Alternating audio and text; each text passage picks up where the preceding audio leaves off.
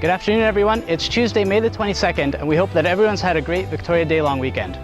Most of our area received about an inch of rain last Friday, with the highest reported amounts of about an inch and a half. Coupled together with some early, almost midsummer-like temperatures, means that the seed in the ground, as well as the crop that has emerged, is forging ahead in development very quickly. Right now, I'm near St. Adolphe, Manitoba, in one of our soybean PKP locations, where we're testing our current lineup alongside some new Extend varieties for next year. This particular plot was planted on May 11th, and the seed here has imbibed moisture, has sent down its radical root, and is pushing towards the surface. Due to the gentle nature of rain that we did receive, we aren't seeing any soil crusting problems that would impede progress towards the surface. In this location, we expect to see the first row of beans within a couple of days. While 2018 planting conditions were generally ideal, the record dry spring that we've just come through has given us some challenges in terms of how deep to plant corn and soybeans.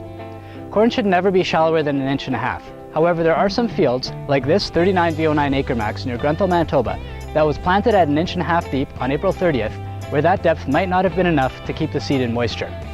As a result, we have some plants in this field that are already at the V1 stage, while other seeds are just starting to push up the coleoptile shoot and will be at least a week behind in terms of development.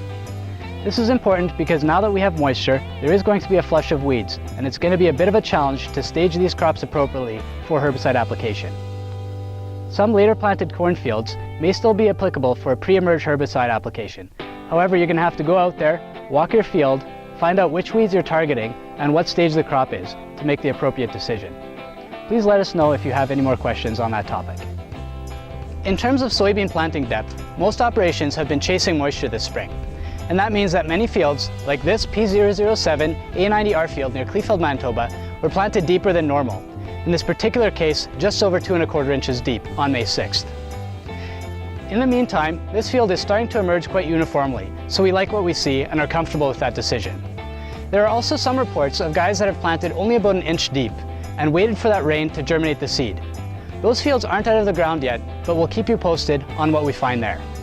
Next, Mark is going to provide a quick agency update and what we can expect over the next couple of weeks. Thank you, Ben, for that great update. We're down to our last 3 or 4 soybean customers. It's been a tremendous spring in terms of getting a lot of seeding done in a hurry. We'd like to thank everyone for all their support this year, and especially our plot cooperators. We have a lot of side-by-sides again, and not to mention our pioneer plots as well.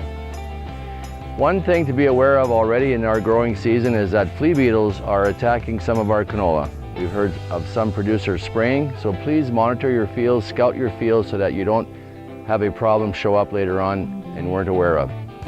One last thing is that we've started our return process already today. We really appreciate the guys that have brought back all their Pro boxes already, and we will initiate more deliveries as the days go by.